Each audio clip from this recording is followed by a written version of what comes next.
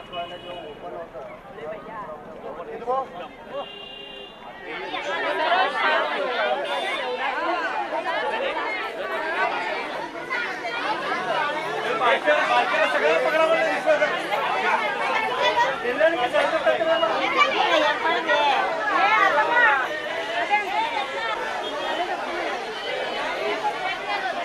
बाबा बाबा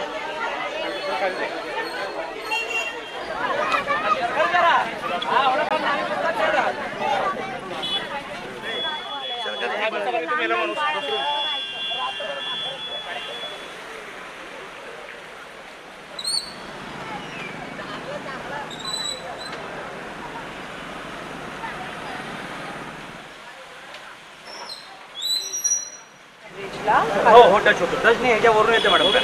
वरून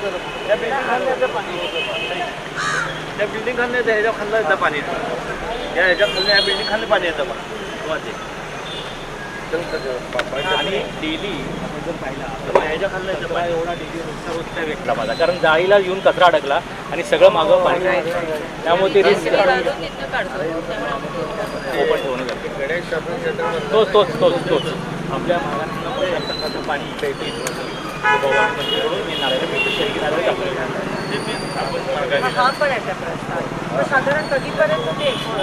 आता फक्त विषय असा आहे की शासनाकडे टेंडर करून आम्ही अप्रूव्हला पाठवलेला आहे आणि ग्रँट रिलीज व्हायची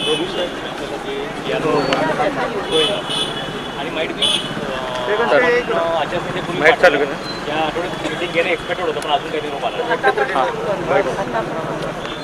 आणि माईट बी तेव्हा क्लिअर झाला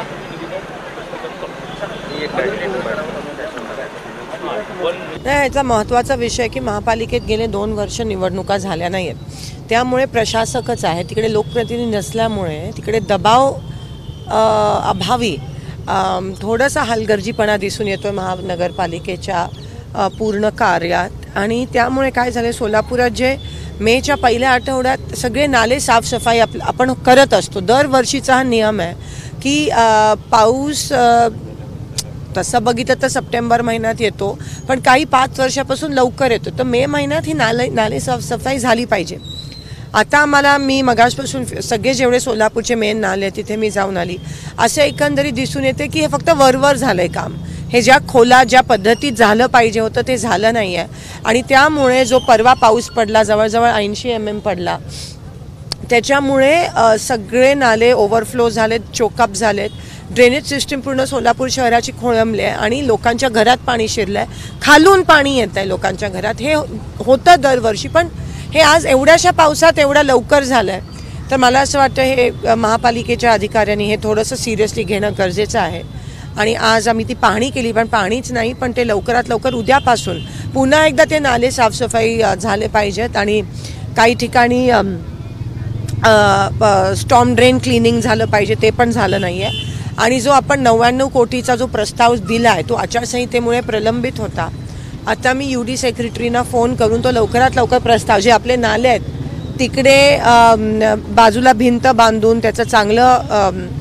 अजून थोडंसं रिफर्बिश करून म्हणजे जे आपली लोक जी नाल्यात कचरा गाद्या पण टाकतात ते कुठेतरी पण आपले पण मला असं वाटतं जबाबदारी आहे आपण पण त्याच्यात लक्ष देणं महत्त्वाचं आहे काही ठिकाणी गाद्या काही ठिकाणी बिच्छाने सगळं टाकलं आहे तर ते त्याच्यामुळे पण चोकाप होतं आहे तर ते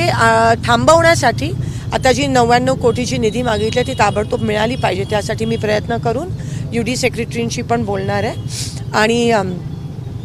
उद्या 3:30 वाजता आपण महापालिका आयुक्त एक आढावा बैठक घेणार आहोत कारण का पाऊस आहे नाले साफसफाई झाली पाहिजे रस्ते काही ठिकाणी खचले ते बंद झालं पाहिजे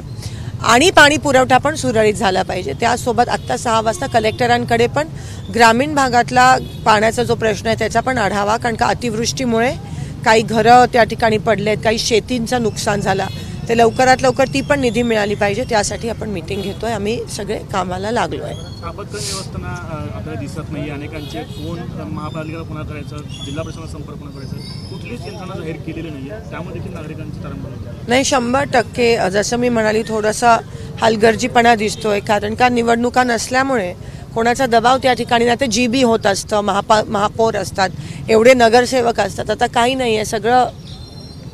आरामात चाललंय आणि म्हणून आता लोकांनी आमच्यात तो विश्वास दाखवला आहे आणि आम्ही ताबडतोब तातडीने ह्या बैठका घेतो आहे आणि मी प्रशासनाकडून आशा बाळगते की त्यांनी लवकरात लवकर लोकांसाठी